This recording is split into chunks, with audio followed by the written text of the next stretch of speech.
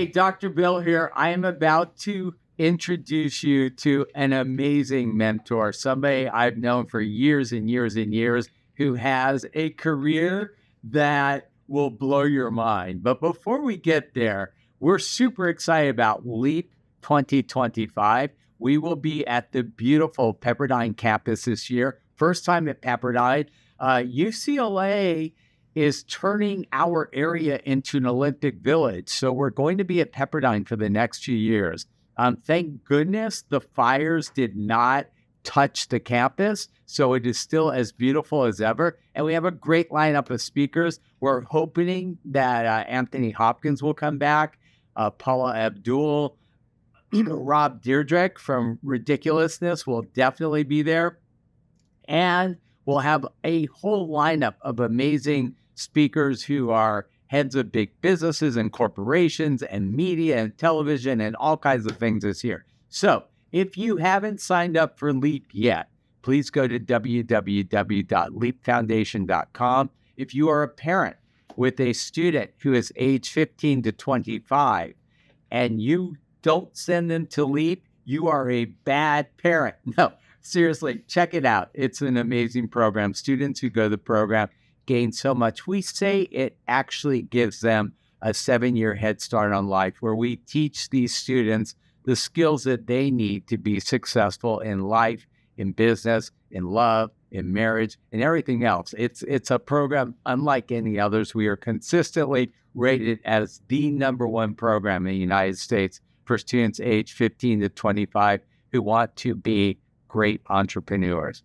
So if you want to know more about LEAP, check this out. LEAP is an entrepreneurship program for high school and college students age 15 to 25 that we've taught at UCLA for the last 16 years. What do we teach? We teach students skills to be successful in life. And the coolest thing about LEAP is that I've asked so many of my celebrity patients and business leaders to come and help, and they do. We've had Mark Wahlberg, Paula Abdul, Michael Strahan, Kathy Bates, Anthony Hopkins, Apollo Ono, Eric Garcetti, Jason Alexander. I mean, I can go on and on and on. And these people come and share the secrets of their success with our LEAP students. Typically, we get about 500 to 550 students every summer, and we literally pack them with so much information. It's like drinking from a fire hose. And one of the parts that the students love most is when we bring in these mentors. So we started this Meet the Mentor series because we didn't want this to just be a one and done week. We wanted to do it throughout the year and continue to give these students great information from great mentors to teach them how to do businesses in every field you could ever imagine. All right, it gives me great pleasure to introduce you to my friend Stuart Krasnow. He has produced content for every major television network and studio and is a veteran of virtually every type of reality format in existence, from competition elimination to douc-soap to relationship to hidden camera to games to news to talk to documentary, variety, et cetera, et cetera, et cetera. If it exists, he has done it, including Janet's Dickinson, where we reconnected. It's hard to find a topic that Stuart doesn't find interesting or a person that he doesn't know. In his early career, Stuart started at CNN for 4 years and left as senior producer at the age of 24. In fact, we'll have him tell you the story how they tried to fire him, but that didn't work out so well. He worked as a producer on the launch of CBS This Morning, as a senior producer on the Joan Rivers Show, rest in peace, she was the best. Senior talent coordinator on The Late Show with David Letterman, senior coordinating producer at the Today Show and Dateline NBC, and then supervising producer of the Ricki Show, and as an executive consultant on the launch of The View. So it is with great pleasure that I introduce you to my friend Stuart. Stuart, you were born in New York. You didn't go to school there. Why? Well, the best school I got into in those days was a school called Washington University in St. Louis. So that was very significant in my life because And so what you talk about with just trying to explain to 15 to 25-year-olds, about starting their lives. And I love the LEAP program and I love everything you're doing with it. It's so important, and it's how I live my life professionally and personally, I think. Yeah. But I think that generation is teaching more to me these days than I'm teaching to them. And you probably have the same experience. But going to school in the Midwest and living in St. Louis for 4 years and having, and right off the bat, my roommate, I come from a very liberal New York town, Scarsdale, New York, which was very liberal and, very kind of one note. And all of a sudden, my roommate didn't believe in premarital sex. So I was really like, all of a sudden, just surrounded by people who had different values and more values that were more between New York and LA.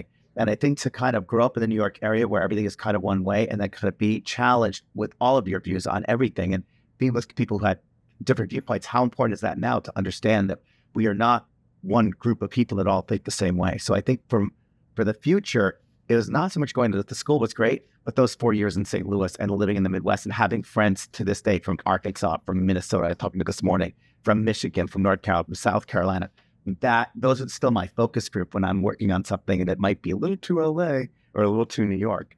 Yeah. And it's crazy how divided our world has become recently with everything going on in news and in the politics. I just came back from Denmark and I met a lot of people in their 30s and 40s. And, we live in our little bubble here in West LA, but like to meet people in their 30s and 40s that are educated and working and women, and they are so staunchly not pro-Hamas, but pro-Palestine. Mm-hmm. And it's like, wow, I don't see that in LA, and it was just very interesting to listen to all these different people's points of views, but it is a crazy time. It's funny because I started out in news and I would never work in news now. And the reason is it's not the source. Yeah, it's social media. Everything has a point of view now. All right. And we all can be right all the time. If you look at your phone and you want to go down that rabbit hole that agrees with you, and it's boring to be right all the time. I want to be wrong sometimes. Yeah, I love a conversation where I can go back and forth. But what's crazy? The algorithms are so strong that when you start liking something, all they show you are people with that point of view. So reinforce your ego. Yeah, and it's crazy. Go down these have these crazy opinions, but. I'm a big fan of social. I'm a big fan of multiple sources. I think you have to but I also think it's important to just seek out the things that you disagree with and to really listen to them and look at them. Totally. And have those, be open to what people have to say that's different than what you do. I purposely, and this is kind of, again, in the LEAP philosophy, just professionally, I surround myself with people who do not look like me. People who are older, younger, all different ethnicities, all different backgrounds, different parts of the country. Different political viewpoints, because the TV shows or content you make is always going to be better when you kind of can look in the room and get representation from somebody who doesn't agree with you. All right. Yes men are boring. Yeah. All right. Well, I want to talk about the 3 Stuart lessons. Okay. So lesson number 1. So your first job was at CNN. Yes. And they kind of just abolished your whole department. And so you were meant to get fired. Yes. And you did what? Yes. There were 5 people. There were 6 people in our department. I was the researcher to a TV show that was on was the show before Larry King Live, if you remember that show. This show was originally out of New York with a different host. Larry King Live got the show, went to DC, took his staff. So the 6 of us were being let go. And I'd been there for 2 years. And I was really, watching one after another people. And there was this Marine, former Marine, who had just taken over as bureau chief of CNN. And I'm not exactly the kind of guy you think like hanging out with like the tough Marine, but I watched him fire 5 people one after the other, and they'd come out all angry and pissed off. And I thought, that's not me. That's not who I am.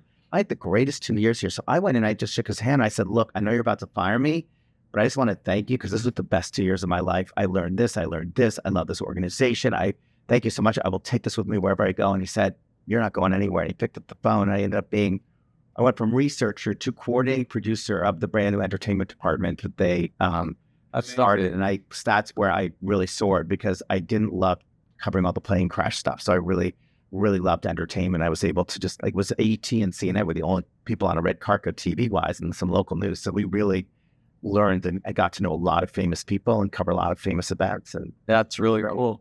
And then your lesson 2. I'm sorry, can I say the lesson from that? Always say thank you, even when you're being let go. And I have a friend who was let go from a banana shop, the Banana Republic. This is several years ago. And he was really mad because he'd worked there for 2 years. I said, write a thank you note. Because my boss was such a jerk. I hated him. But I was like, write him a think of what you must have gotten along with him with something. Write him a thank you note. When they rehired people, they brought him back.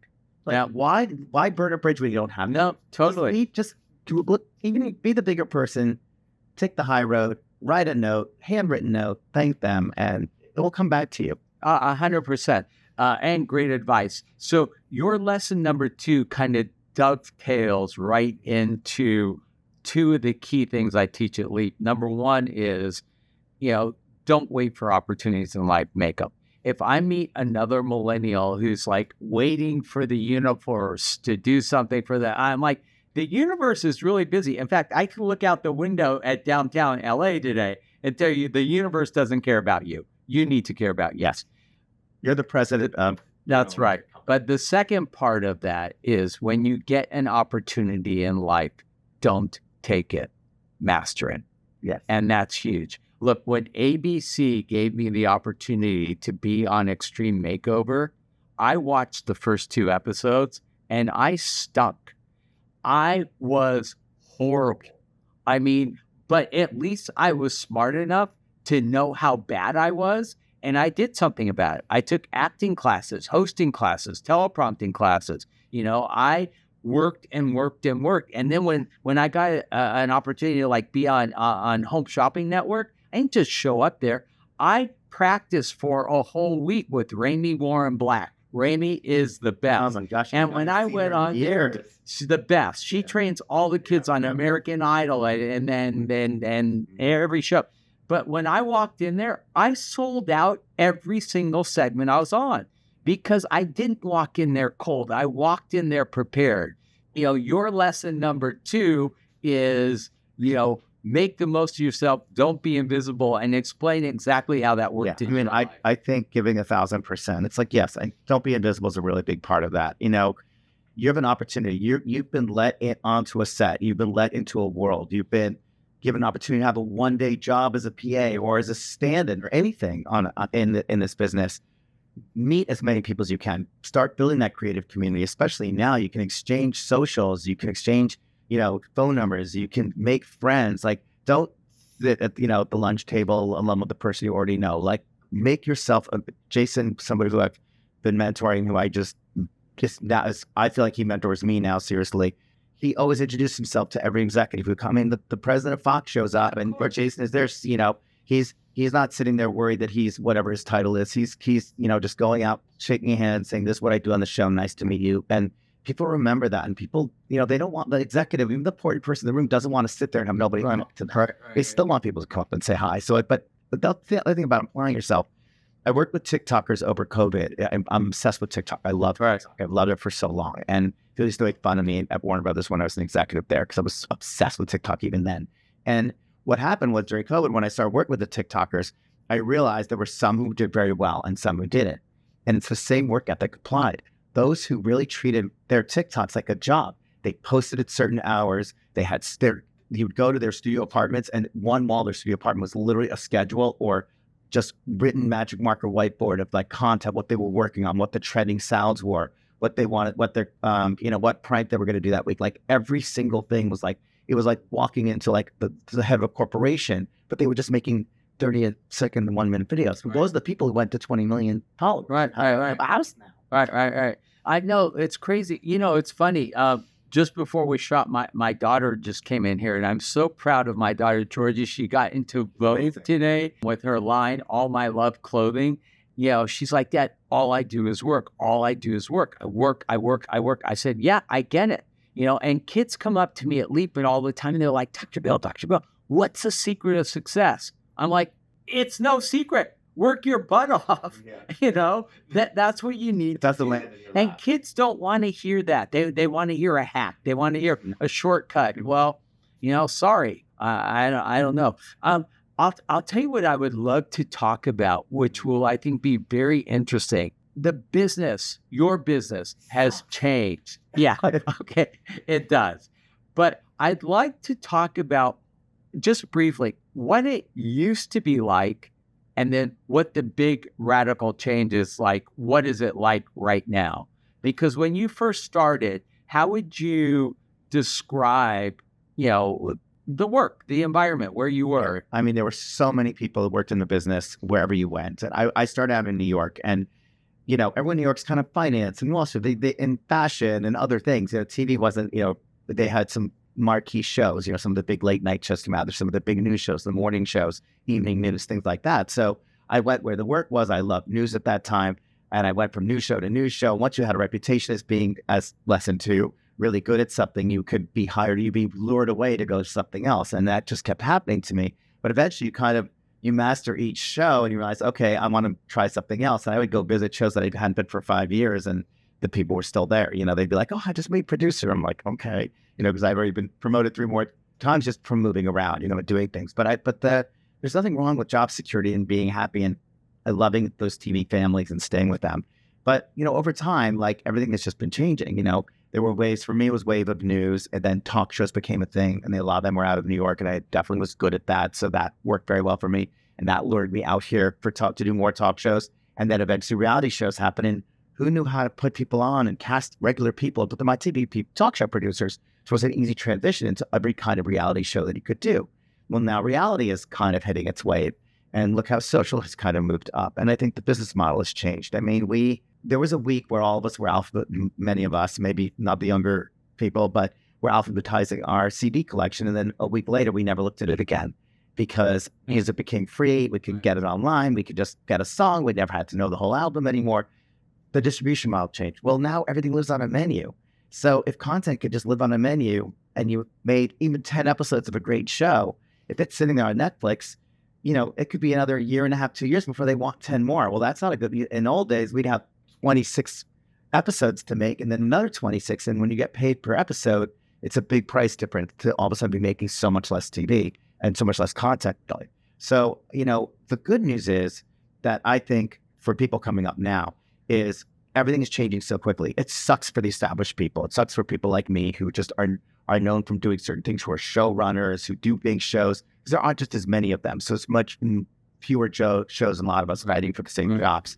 But the reason the content is becoming more accessible and people are able to do it on their own. So, there's going to be a moment probably in the next 2 years where you can have a movie idea and just sing the whole thing into a Google AI app, and the whole story will come to life in front of you, and you might want to post that, and that might become a hit. So really the possibilities and the understanding of where technology is going and embracing all the newness is going to be the renaissance. And the renaissance is going to be owned by the young and by the people coming in. So we could sit here and theorize about what's going to be what in 2 or 3 years, but honestly, it probably doesn't even exist yet. That's how fast it's moving and how exciting that is for the people coming up. If you've got a story to tell, I think if you're a creator, if you have great content, monetizing it is going to be a challenge still, but eventually the advertisers will come in and grab it. And, that's, I think, the future. I'll take one really quick thing. Netflix bought a show that was just a YouTube show where people date by popping balloons, about the popping balloon dating show. Yeah, I take one look, he was like, I'm not interested, and you pop the balloon, and now you're out. So the other one just kind of holding the balloon. It's very lo-fi, not a lot of producing element, not a lot of production elements, but it's an idea. So anyone can have an idea now, get it online, get the following if it's a good idea, and the people who buy stuff from people like me are now going to go, wait, that's working online, and millions of people are watching it every day. We're going to do it on our network, and you can go from, the first spot on Monopoly to the boardwalk on, with the hotel on it, in a day.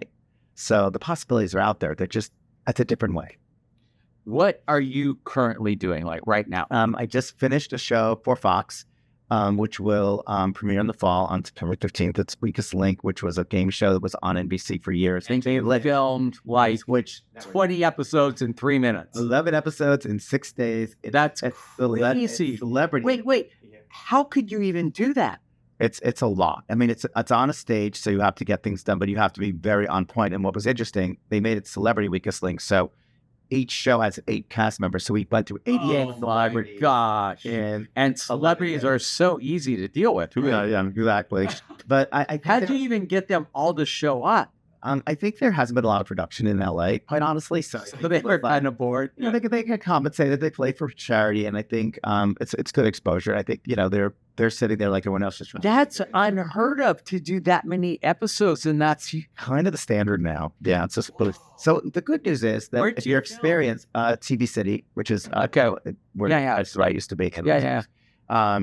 But the great thing is when you have experience, they do need people to come in who know what they're doing to be able to organize and be able to get something done like that in such a massive way. But again, I'm surrounding myself with people who are also, you know, able to do so many different jobs so well. And really just, you know what it is. You run so many organizations. What do? You trust the people you hire to do it. Yeah. Right. And Jane Lynch is so great. It's fantastic. And it was just a pleasure. It was really, really fun. You know, that studio you were in is where they did the old Hollywood Squares. That's correct. And the new Hollywood Squares is going to be there in the week, stage opposite. My mother was on that in 1977. Yes. My mother was on that, and she won. She won. And then in 1986, I was on Press Your Luck, and I won. And then 2 years ago, in the exact same studio, my daughter went on The Price is Right and won. The big showcase. Out of here. Yeah, in that same exact studio where Grandma did it, Papa did it, and she did it. Have you ever posted about that? Wow. You know, tell that story. Game shows are such a part of the fact that game shows came from, what I love about game shows is they existed in radio. They were sort of the first interactive, kind of the first social media, if you think about it, where people could really call in or, you know, be called from, you know, and win something, right? Then you had that, of course, in the 50s and lived through the scandals, and then really they've always maintained, they've always come on. And now, like that story I just told about Netflix, but even one of the hottest shows on streaming in the reality space is Beast Games, which is also a big show. So they just keep changing and growing, but they're always, people want to win stuff. Do you remember John, what's his name? Stuart. Not John Stewart. Oh, he passed away about 10 years ago. He was my patient for years. He and his girlfriend, Anne Marie, and he created 5 of the top 10 game shows in game show history. The Price, he did the $20,000 Pyramid and Password and all these, and this was before they had focus groups and all that. And that's John Goodson? No.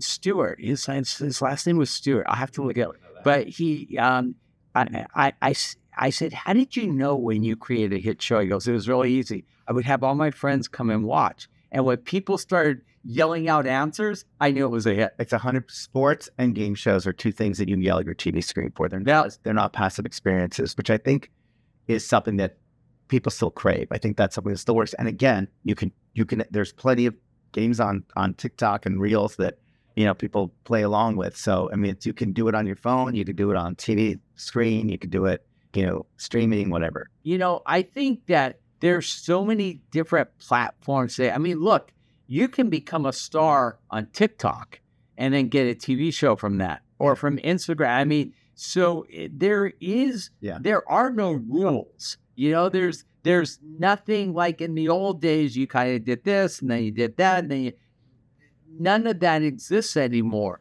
But if I wanted to, like, I can make myself like the most marketable I could be, and I want to be a showrunner, and what would you suggest a young student does today? I do have some suggestions. One is, don't be a snob. Don't just focus on getting one thing.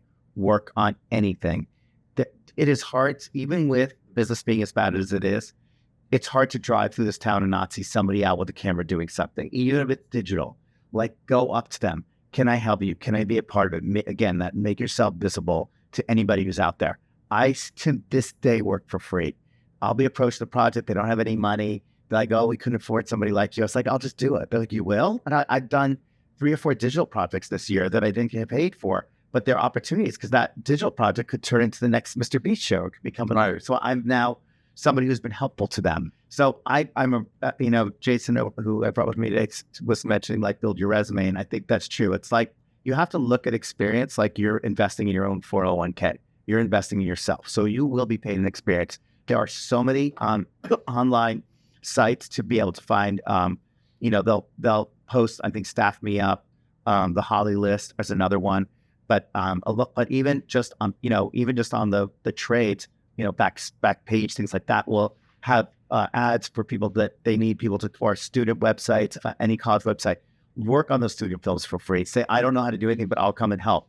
There's a new movement with something called Share. And basically it's where people work on a movie, they make people's movies for free.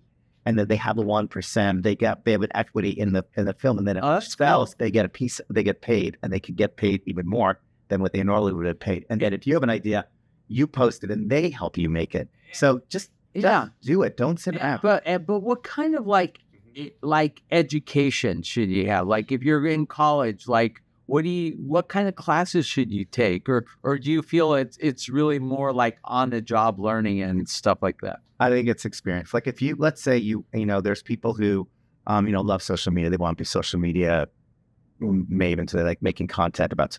Find that organization on campus that doesn't really have, look at people's social days. Terrible. Say, hey, can I come in and steal your content for free? Take over and be their social media director. Like start shooting this. I think it could be, it doesn't matter. Get a chess club. Start making it funny. Start making it engaging. Start making it great. Like find those who don't know what they're doing or are doing something interesting that you think you can help and make interesting by showing up with your phone and your mics and just make content. I mean, it's the Nike era, right? Just do it. You don't need permission from anybody. Right. You don't need to sell anything to anybody. You can just put it out there, and just like every experience builds your ability to be better at what you do. Okay, so you just finished this crazy game show thing with Jane Lynch. What's next? I have a job interview Friday, so hopefully that goes well because it's always about gig to gig now. I have a deal at Sony where I work with them with their interior, their own library, their library of shows that they have. They have a lot of great titles there, so it's kind of developing internally for them. So I'm kicking back up with them right away again next week. Here's the problem. Blah, blah, blah. I mean, I have a show at Netflix and I have a show at Warner Bros. Will they go anywhere? I have no idea. Development used to be a pretty good road to getting something on the air. Now it's a lottery ticket. They buy a lot of stuff. They don't give you they pay you very little to do it. And if and you have to look at it, I'm in the same boat as the 21-year-old, it's just starting out. Those are just opportunities. I'm very blessed to be able to get in the room and be attached to that opportunity, but it's still an opportunity to do all the work to just try to have the opportunity to kind of be there. You kind of have to do everything just to hopefully for them to say yes, and you can do everything right, and they could still say no, which is the usual. Got it. Which is okay. All right, creative. It's still satisfied. It satisfies your soul. Yeah. Well, thank you so much for all that. If a student watching this would like to ask you questions or whatever, what's the best way to get a hold of you? Probably on my Insta, which will be Kraz, KRAZ.TV. .tv. Great. All right. Thank you so much, Stuart. Dr. Bill? Over and out.